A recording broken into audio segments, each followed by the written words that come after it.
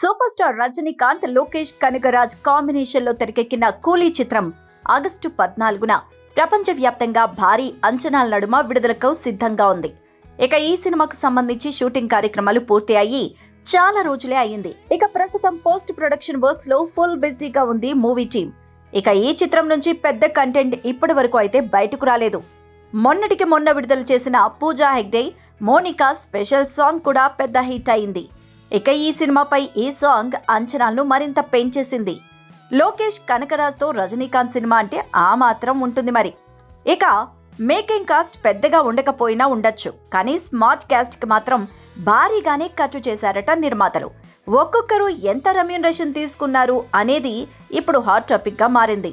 ఇక ఈ చిత్రానికి దర్శకత్వం వహించినందుకు డైరెక్టర్ లోకేష్ కనగరాజ్ దాదాపుగా 50 కోట్ల వరకు రెమ్యూనరేషన్ తీసుకున్నారట.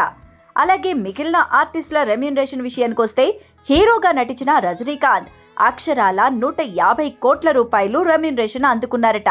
అలాగే విలన్ గా చేసిన అక్కినేని నాగార్జున 24 కోట్ల రూపాయలు రెమ్యూనరేషన్ అందుకున్నారట.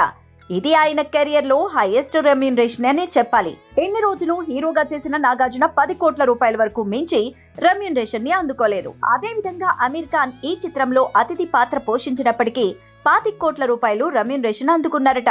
క్లైమాక్స్ లో వచ్చే పాత్ర అయిన సినిమాపై చాలా బలమైన ప్రభావం చూపించే క్యారెక్టర్ అట అది. అదే విధంగా ఉపేంద్ర 10 కోట్ల రూపాయలు, శృతి హాసన్ 4 కోట్ల రూపాయలు, పూజా హెగ్డే స్పెషల్ సాంగ్ చేసినందుకు 2 కోట్ల రూపాయలు, సౌబిన్ సాహిర్ కి 7 కోట్ల రూపాయలు రెమ్యూనరేషన్ అందినట్టు తెలుస్తోంది.